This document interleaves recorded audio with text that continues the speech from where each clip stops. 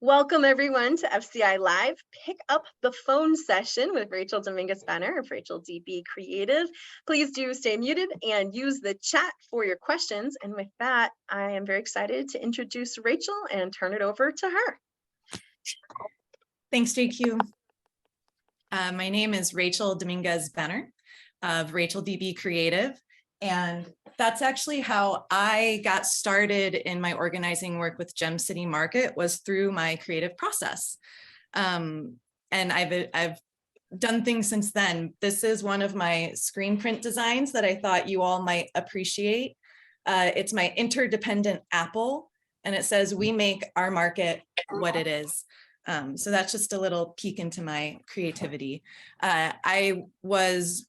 I did a lot of organizing work with Gem City Market leading up to open, including kicking off a revamp of our phone banking, improving our systems, and then with another organizer doing a really intense 8-week phone banking campaign where we trained 49 volunteers to make calls, and we called over 828 of our Gem City Market member owners, and those were welcome calls. So our situation was a little different in that we were having people join and at a real good clip, and we realized they weren't getting any connection from us. They weren't being reached out to beyond just that email. So we set up the phone bank to do welcome calls just so we could have a touch with our member owners. And today, thank you for coming to pick up the phone. And I'm gonna break down what I've learned through this process as the 3 crucial pieces you need to be able to use this powerful organizing practice of phone banking. It's an organizing practice, and practice means you repeat a process. So that's something to keep in mind. Here they are. I'm gonna give you the 3, and then I'm gonna break them down. So the first thing is an invitation, and we'll break that down in a minute. The second thing is a process, and all 3 of these are actually part of a process, but the second thing is a process or a way to keep track of things. And that needs to work for the people that are going to use it most. And then the third thing that is crucial for phone banking or other organizing practices is follow through. So those are it: an invitation, a process or a way to keep track, and follow through. If you practice those 3 things, you will see growth, you will see movement. Let's break them down. An invitation. This can be literal. You have something coming up. You have a community meeting, some other kind of meeting, a gathering. It can be an invitation to share materials, and I'll go into the simple and best things for that bucket.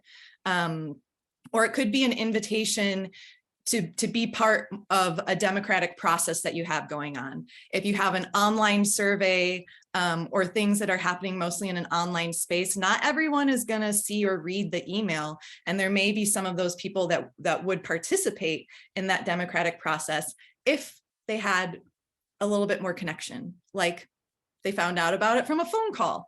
That might be just enough of a push they need to then find the email, or you can send them the link fresh. So that's an invitation. Invitation could also be figurative. It is just by picking up the phone and calling member owners, even when you leave a voicemail, it's an invitation to connect. It's putting that connection out there. It's an invitation to be welcomed. You're actually getting a phone call from another human being that is part of this thing that you both believe in and are part of. So it's an invitation to be welcomed into the co-op culture. How are we showing new member owners what co-op culture is? And in those conversations, even just calling to say hello, it doesn't have to, you don't have to be, and sometimes it's better if you're not asking them for something, but it's an offer to say hello, how are you? So it's an invitation to be seen and heard and acknowledged as a member owner of a co-op, of this thing we're in together that we want to build together. Other parts of an invitation, you have a from, those are the people who are making the calls, and you have a to, those are the people who are receiving the calls. So there are also people at the heart of this whole thing, individuals. I'm going to take a pause there. Have we gotten any questions? Just good to keep moving. We don't have any chat questions yet. I think people are absorbing. Fantastic. All right. So we're going to go into the second part, which is process, or a way to keep track of these things. First of all, you have who are you going to call? You have that, that member list of people that have joined. That's the best place to start. And you're going to hopefully have contact information, like a phone number that you take on your member application. So where does that live right now? But you need a process, a way to track who you're going to call, and then also the information that you're going to share, and a way to keep that updated. You're tracking who has actually been called and what are the outcomes. Some of the outcomes of that call could be left a voice message, didn't answer, disconnected. We have occasionally had one or two people say they requested we not call them again. And so there are a lot, call back tomorrow. There are a lot of outcomes just from that act of making the phone call. And depending on how the timing and flow goes, I may be able to walk us through a demo of the system that Gem City Market used to track these things. And I can show you kind of, if you're more visual of a learner, we're going real auditory today. Auditory learners are in the sweet space. Visual learners, we'll see if we can get to that. And also you need to track who is making the calls and how's it going. So you have, and you start small. Like to start, you want to be simple. So at the very beginning, before Gem City Market did 49 volunteers, we were doing weekly Zoom sessions where we trained them in the session. We broke out and did our phone calls, and then we came back to talk about how it went. So that had a whole other layer of a system to track it, but it didn't start that way. The way it started was myself as interim membership services coordinator and two absolutely fantastic member owners, just two. Their names are Corrine and Jan. And I have some numbers, but to start small and what you can do consistently, we did kind of a beta to build a system to work for more people, because if it doesn't work for a couple of people, it's definitely not going to work for a slew of people. So we actually had 5 months where it was Corrine and Jan making phone calls at their leisure, and we would have a check-in. How's it working? What can I change? I was the technical person who was building the system that Corrine and Jan were using, and I was making it as easy as possible for them to use to track who they were calling and what happened from those phone calls. Rachel, real quick, can I throw in, this may not be the moment, there's already, and this always comes up with this topic. So if you have a chance to, now's the moment, but it was like, but we just get voicemail, people don't answer phones. And I think that can feel like a real emotional stop. I love your idea of starting with just a couple callers and working out the kinks, but any thoughts on, a lot of groups feel a big pause because they're like, but then no one answers the phone. So what are your thoughts on that?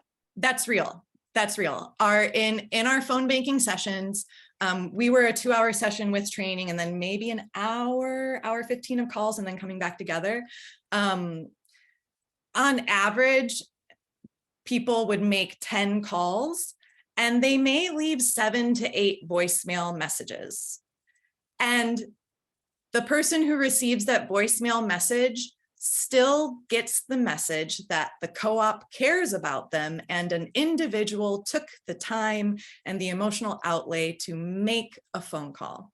And here's where I'll mention, and that's true. A lot of people, so many spoof and spam callers, we don't answer the phone unless it's a recognized number. But on that voicemail message, and this is one of the materials or things that you need to have before you make phone calls, you need to have central contact information for your co-op. What is the information number that you give out to the public? When you're leaving your voicemail message, even though you're calling from your personal cell phone, you say if you have questions or would like to get back in touch, and you give them the general co-op number. We did not have problems with people calling the individual volunteers back or anything like that, because in that voicemail message, what they heard was the number to call and connect. And we had people call back from, they're like, I got a voicemail. They didn't even listen to the voicemail. They're like, I got a voicemail. They saw it was from the co-op. What was that about? And then you get to have that live conversation. So that's what I would say about leaving voicemails. It is,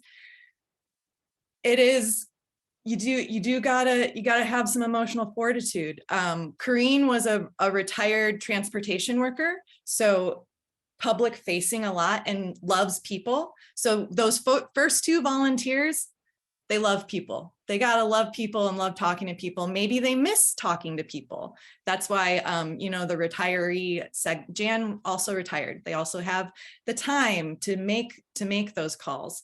And then other than that, you get people that are like, hello, no, I can't talk right now. Like, what? Why did you pick up the phone if you're just gonna, like, if you can't talk?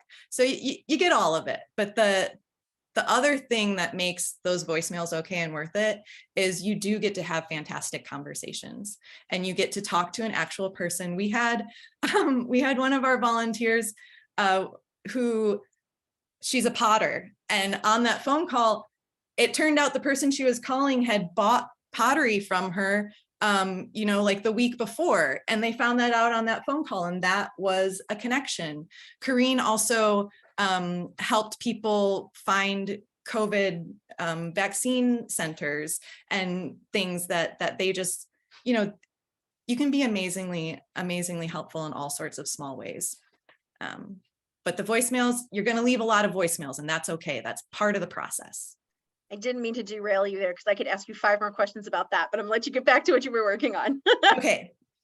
I think I was going to talk about some numbers and small consistent action. So Jan and Corinne, in the 5 months that we were doing kind of the beta, they called 444 members, the 2 of them. That's impressive. And things that came out of those calls were people wanted to help make the calls. So people were wanting to volunteer. People wanted to know how to make a donation that wasn't a membership, how to get gift memberships, how to update their phone number. If we had anything that they could give to people that were interested in becoming a member. We call that a member kit. And it's just, if you have a brochure or whatever kind of marketing material and a member application that can be emailed and printed out. Our volunteers sent out a lot of those, and that is part of how me as interim membership services coordinator, I made sure we had that information, and I made sure Corrine and Jan and our other volunteers had that kit. And then they were resourced to be able to send that directly to the people that they were calling. And so that wasn't on me, but I was here for the next level, for people that had issues. So 5 months, 444 members called by 2 people. When we did our focused 8-week phone banking session, where we had 49 volunteers over the 8 weeks, all together, we called 828 member owners. Corrine, Jan, and another superstar that came through that process themselves called 259 of those people. That's an average. I'm throwing out a lot of numbers.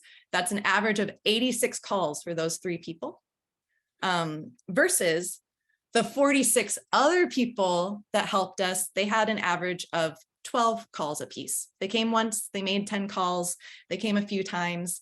But Corrine and Jan,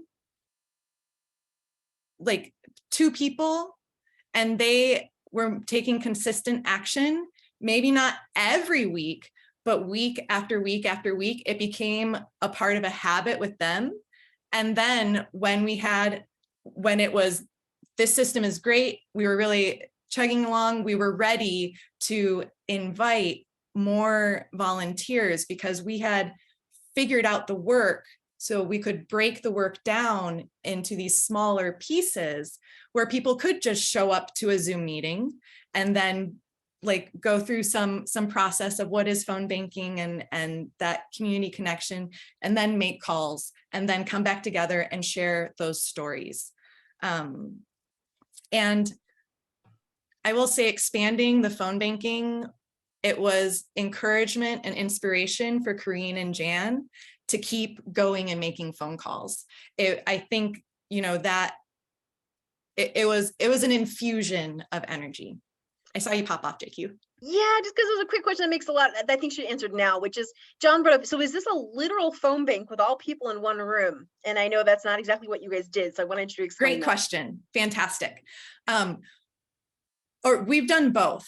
Way back, the before times, we brought people together. There were places where we were allowed meeting space with partner organizations, and it was people in a room or a couple of different rooms making phone calls. We did it with printed out pieces of paper with names and numbers, and then they just made notes about what happened on the call, and that went to the membership services coordinator to then deal with all of that data.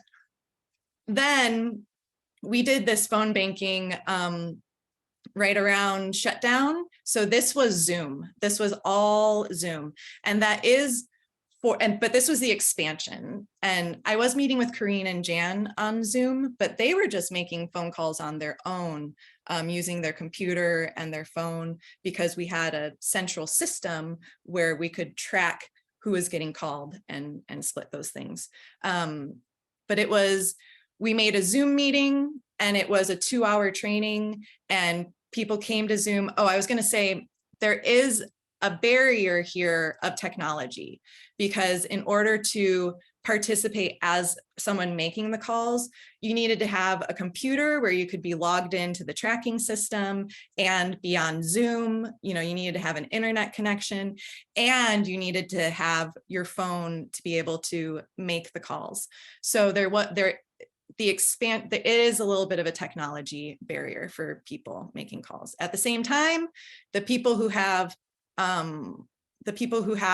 time to make calls, and you can find people that are suited. So in the Zoom, it was kind of show up for Zoom. We get to kind of together, do some training. Everybody mutes, makes their calls, and can unmute at any time and kind of check in with the team. Exactly. We came together for training. People were already assigned who they were calling in our tracking system. Part of the training was teaching people how to use our tracking system. We used Airtable. If you haven't heard of that and you're kind of a systems nerd, that's something that you might want to take a peek at, which is what I might get to walk us through, but that's kind of, next level stuff.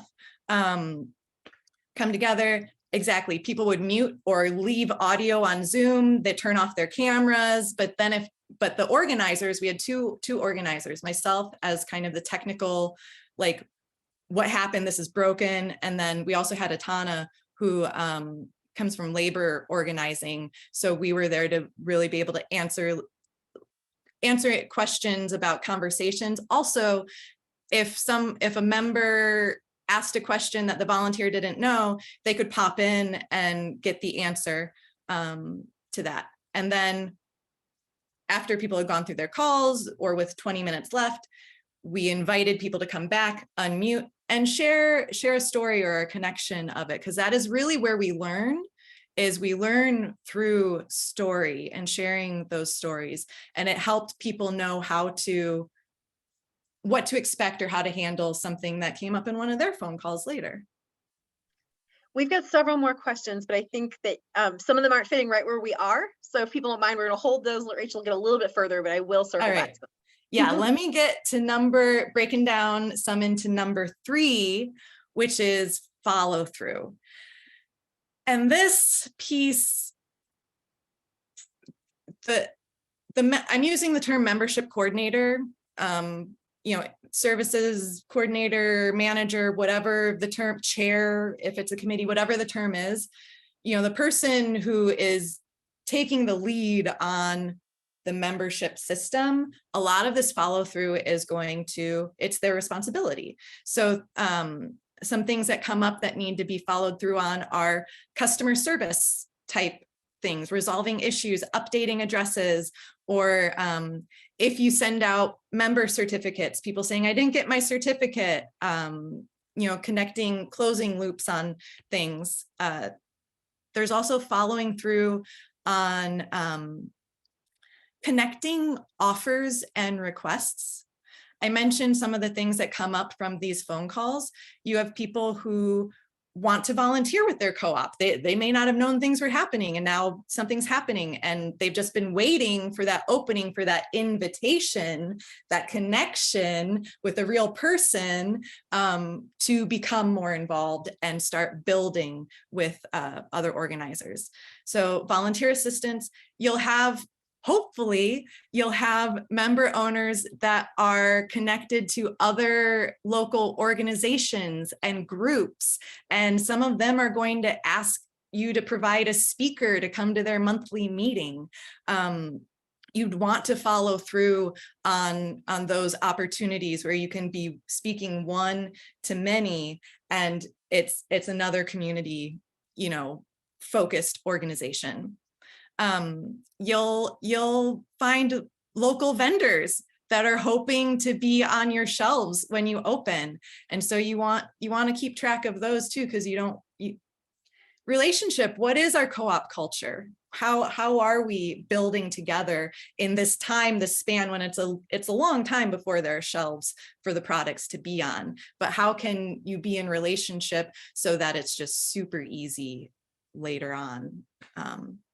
And then you want to be able to follow through on really good ideas and questions that come up. You don't want those to just, fall out the sieve. We have lots of good ideas. There are lots of good ideas. You need some discernment, because not all ideas are good ideas. And there's, follow through the hours in a day. It is not an infinite, it is a finite resource, the hours in a day. But there will be really good ideas and questions.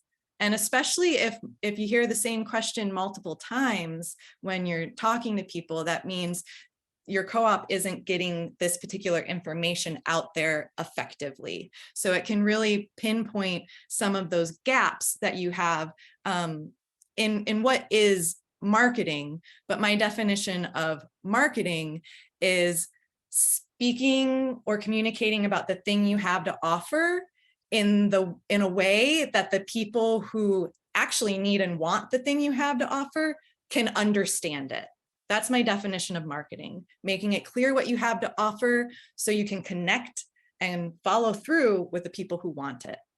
Which is why I will always go, clarity over cleverness. Like in messaging, make it clear. What is the simplest language?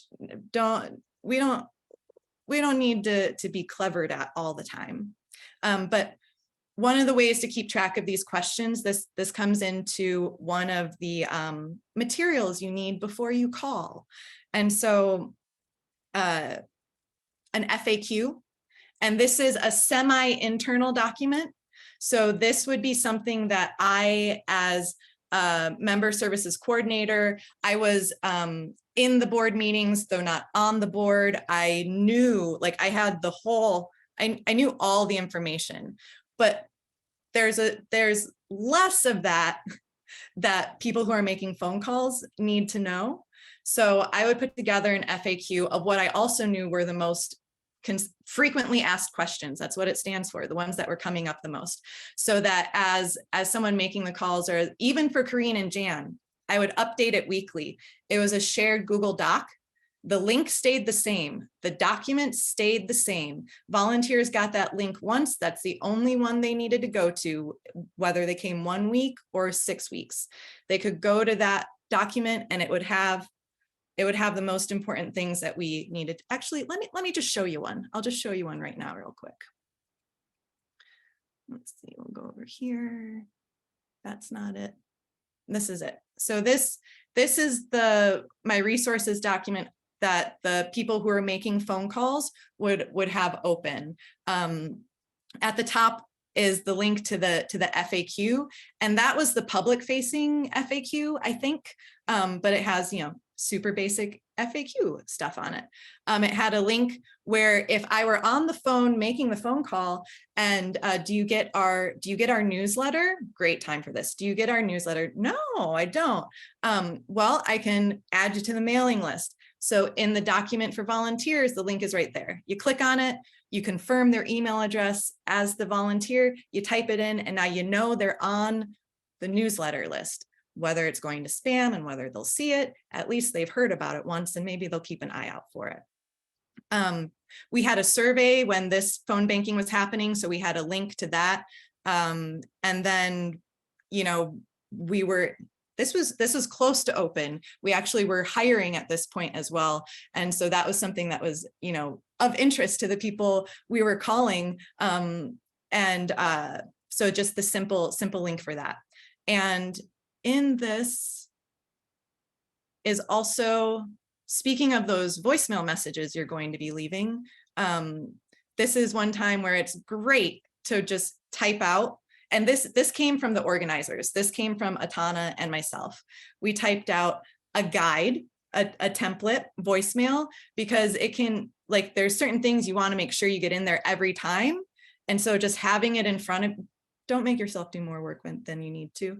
Having it in front of you right there makes it easy. And you can see we have the general contact number and the Gem City Market email address as this is who you contact if you want to get back in touch or if you want more information. And then the rest of it is a guide. We called it a conversation guide as opposed to a script. If you've done phone banking for, political organizations or anything, you get a script. And when you're called by someone that's reading a script, you can really feel it. But there is a flow, and there are some, so these were suggestions, but it's a conversation guide. It really is about just that connection with the co-op as the kernel. All right, so that was invitation, a process or a way to track things that works for the people who are going to use it most, and follow through. And that itself is a process that you then repeat. I'll take a pause there. We got a bunch of questions. The first one, I think most important, is everyone's like, will we get access to this document? Are you willing to share a read version of this where people could look at it? I'm so glad that came up. Yes, and the way you can receive access to these materials is by emailing me. We're going to model and practice a little bit of that follow through. So if you email me, Rachel, and if there are multiple people in your organization that are on this call, please, confer, decide who's going to email. But if someone emails me directly, rachel@racheldb.com, you will receive a link or a zip file that will have this document. It'll also have our phone bank slides. So these are the slides from our training. there's a whole piece of why we listen with intention, going through what is deep listening, how is this phone call different than what you may be familiar with. And then we're making pretty good time. I think we're going to get to take a walk through the Airtable. But these slides also includes our training slides of the system that we used. This is how Atana and I trained those 49 volunteers. All right, I'm going to stop share for a moment. And we got a couple more questions. I don't know if this is the time. I do want to let people know that I will send Rachel's email. There's going to be a follow-up email. It will have Rachel's email there. And again, that quick survey we ask you to take about the session. Couple other questions that came up. I want to go back to what times of day do you think are ideal for phone baking? Some of us on our team think weekends are fine. Some of us disagree.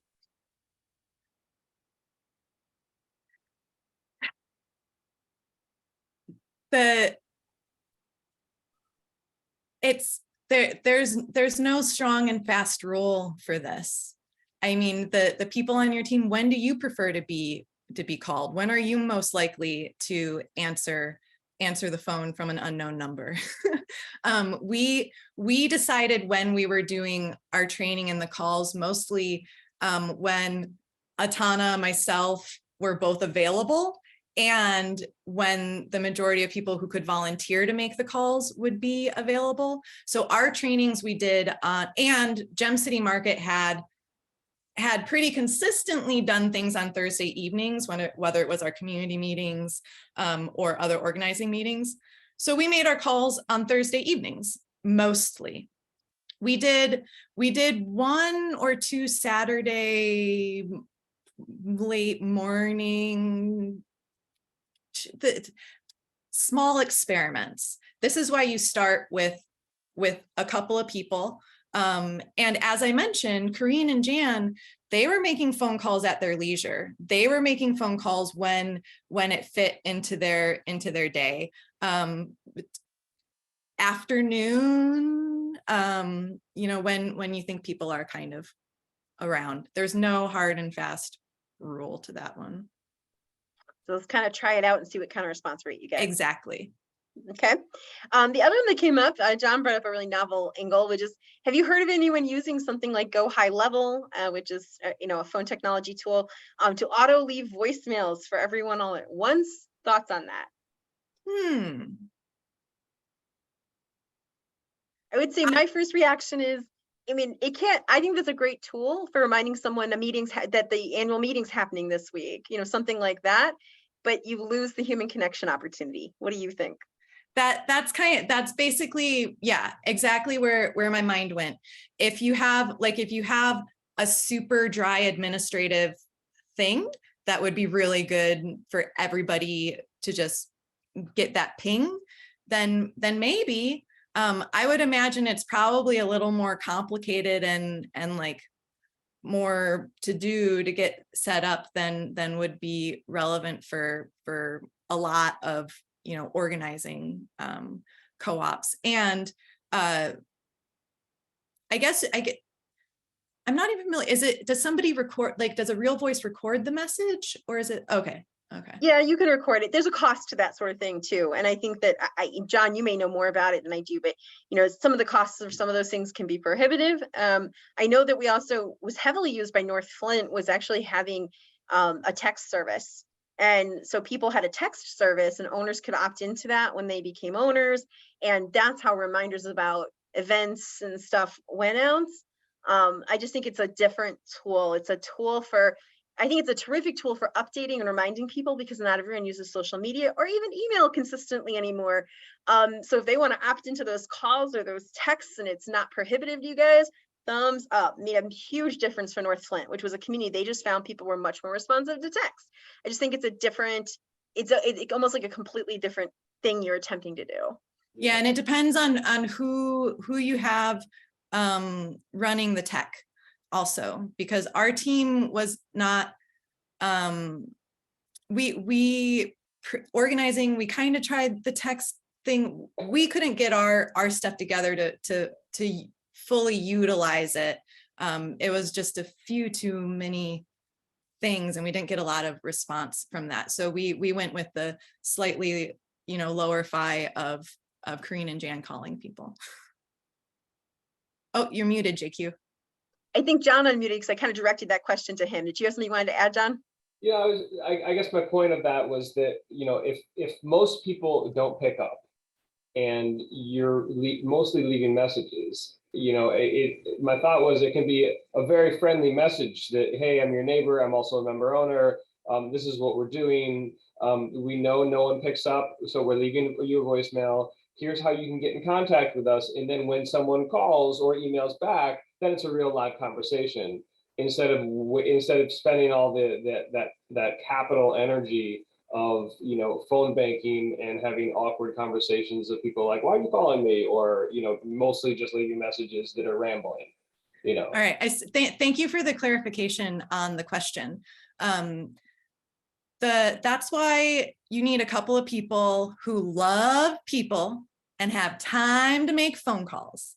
And because if with just a mass voicemail and assuming like, oh, we know you're not going to pick up, we have to leave all these voicemails, you're truncating the opportunity for that personal connection that first time without the person you're calling then having to take an action. Like with that voicemail, all the onus then goes back on the person you're calling to have to take an action to connect in. So if you have a couple of people who have time and love people, they're okay. Voicemails go quick. You get them memorized, and it's worth it for those conversations that you do get to engage in when you're the one making the call and just ticking down the list. That's my response for that. I think we've got a good transition question here. So Jennifer, this is actually aimed at peers. Jennifer is asking if anyone actually uses HubSpot for tracking, to let her know she'd love to touch base. Using HubSpot for tracking is kind of similar for using Airtable for tracking. So I think it's a good trend. So the question is really for her peers. If anyone does, please go ahead and throw it in the comments. I know Astabet Food Co-op uses it heavily. That's the only startup I know for sure that is using HubSpot as their tracking tool. But I think this is a good segue into you showing us your tracking tool. I agree. Fantastic. I love it when the flow works out. Okay. I do need a second to locate myself, because it's kind of a lot. I'm going to tell you that right now. So, okay. So speaking of tracking tools, a couple of notes. Generally speaking, you're looking for the simplest it can be for the number of people that are making the calls and the workflow for the membership coordinator. And so if you have, like, this could be, as membership coordinator, I could have printed out paper lists for Corinne and Jan, and then they could have just kept notes that way. And then I could have just, if anything needed to happen, take care of it in systems that already existed. But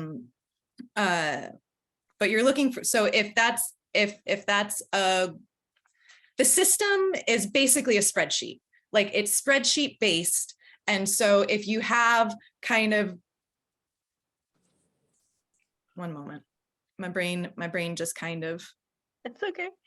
Maybe you want to go ahead and open that. I think the exception is for those of you who are using if you are using something as advanced as Nation Builder, then you can be tracking that through a much more complex system that is tracking your volunteers' work, as well as how many times your owners have received touches. And it's next. Nation Builder is the next level if you're a techie oriented startup and have decided the cost is worth it. But otherwise, Rachel's right. Everything's just a version of a spreadsheet, whichever one works for you. So I think we're going to walk through one of those. So when you see me walk us through Airtable, the first thing is like, what are you already using? What might feel familiar of what I'm showing you with what you're already using? And I'll try to, we'll take questions on this. I'll go through it. It's been a little while. It's probably going to be a lot, but we'll try and break it down. So let's see how, and it's gonna look small, but I'll see if I can, let me get back over here.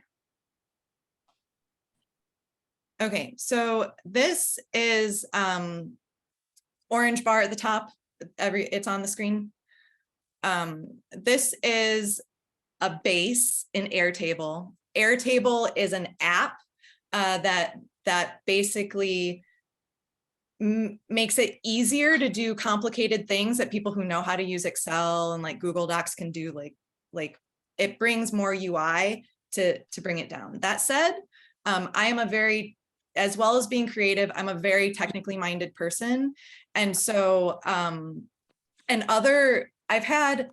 given this folder, just like, here's all the stuff. And I have had groups that have an organizer, like an experienced organizer, be able to look in and be like, yeah, cool. And then they just kind of flowed with that. So if it looks kind of foreign, just stick with me. So this is the basic, this is empty. This is a template. And Airtable has a free,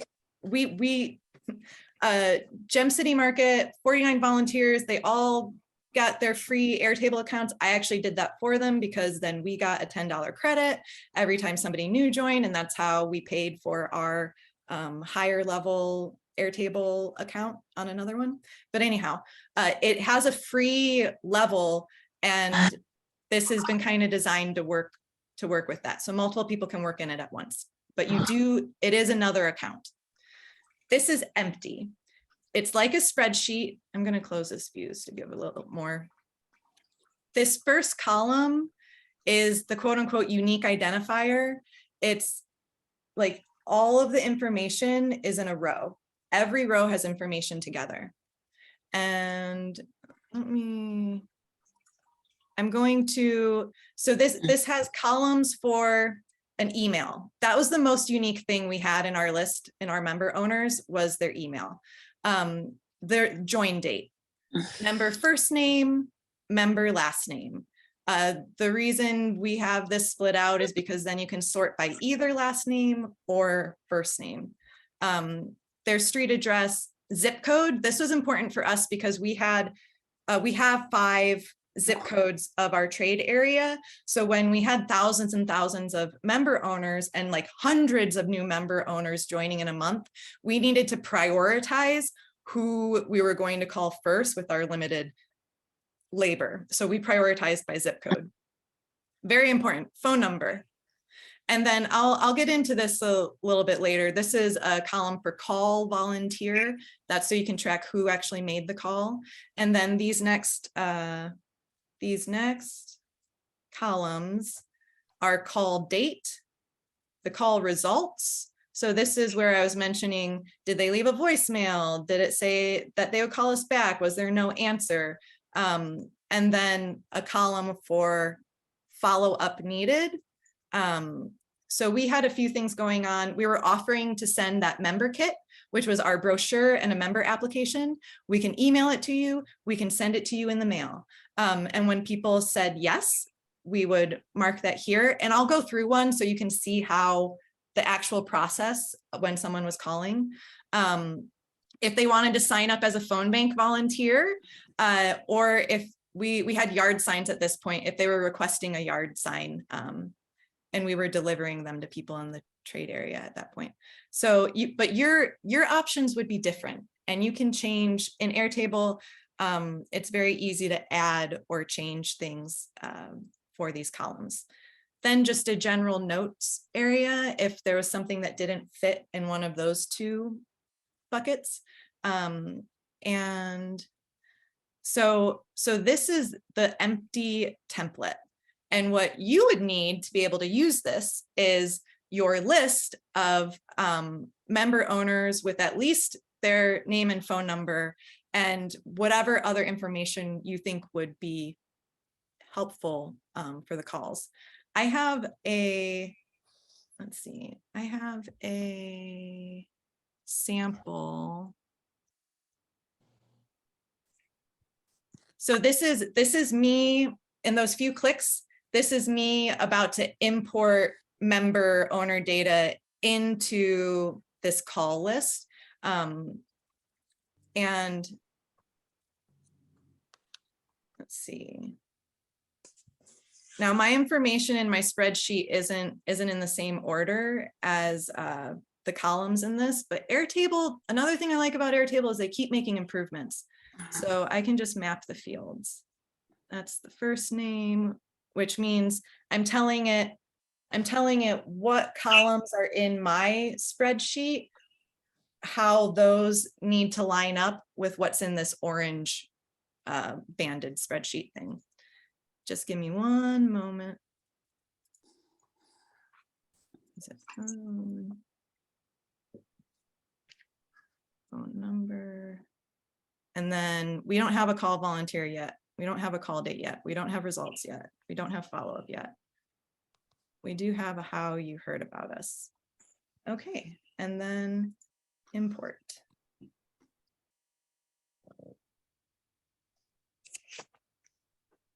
Where did they? There they are. One more moment.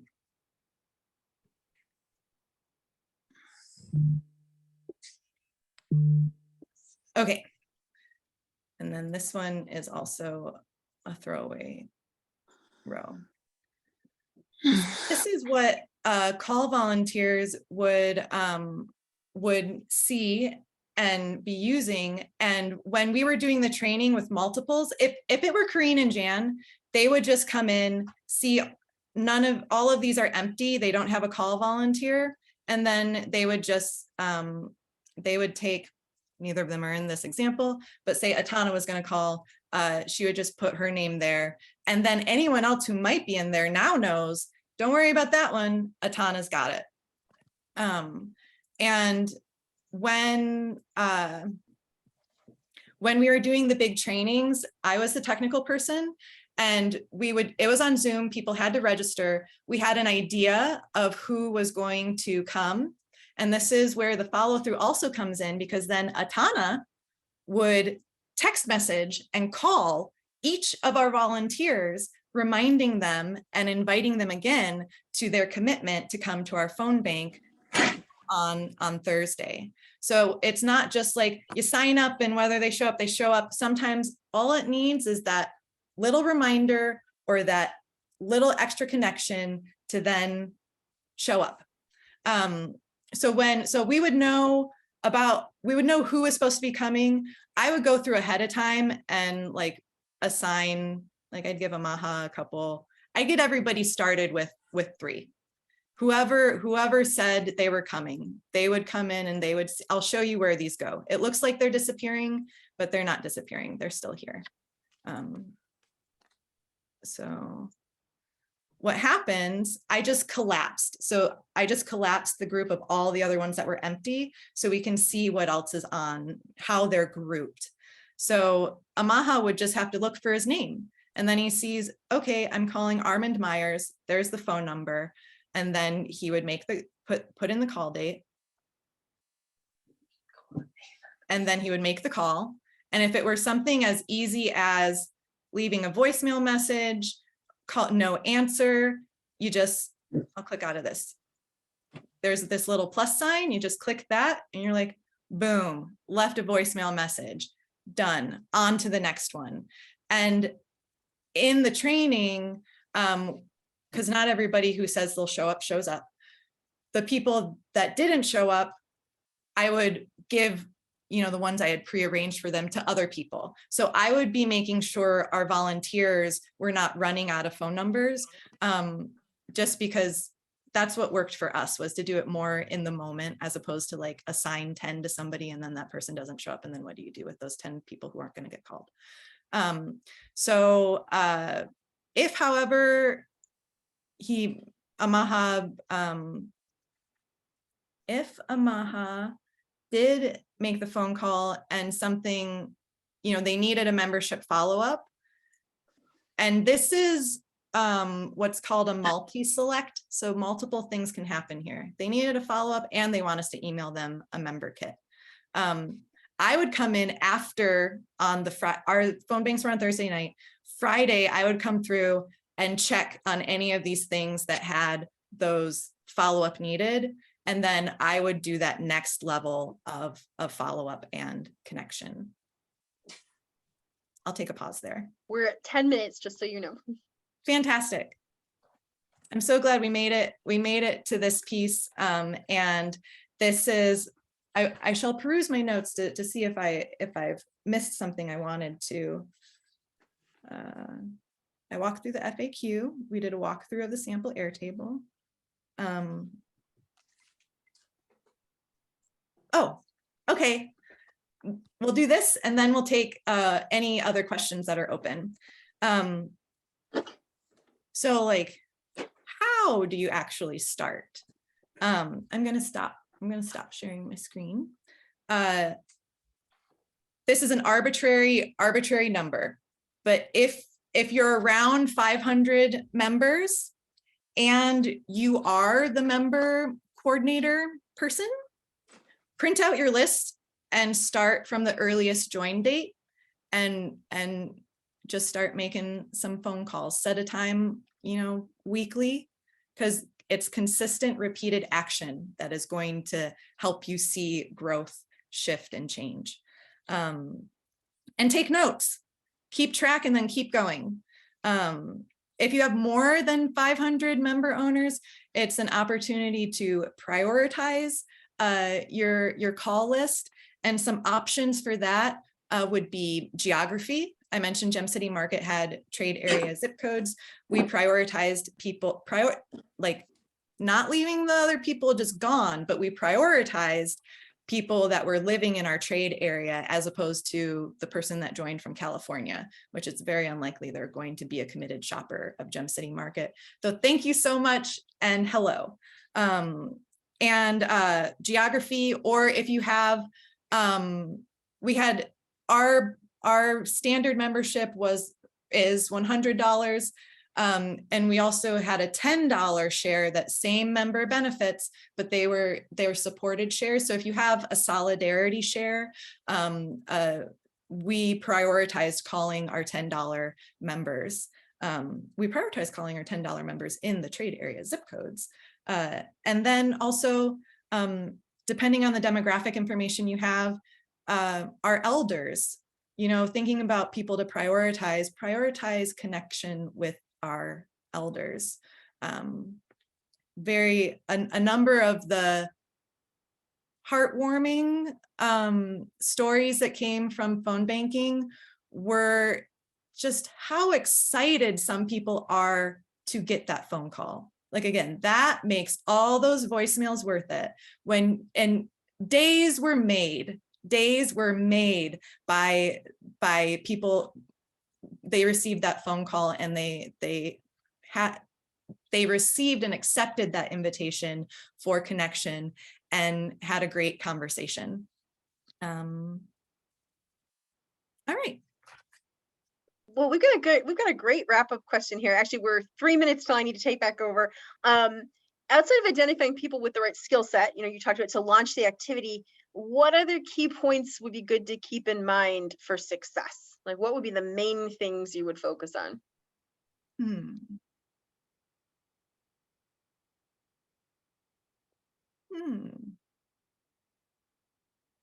I'd like to see if anybody if anybody out there, what is a main thing that you heard from this discourse that could speak to that. Would you like people to throw it in the chat, or if you have something you want to say, throw it in the chat, and this can be on mic, although we only have a couple minutes, so it'll be kind of closing words. But if anything sparked someone that speaks to this question, I would love and invite that. No? All right. I think folks are quiet today. then I'll some key points. All right. Co-op work is hard.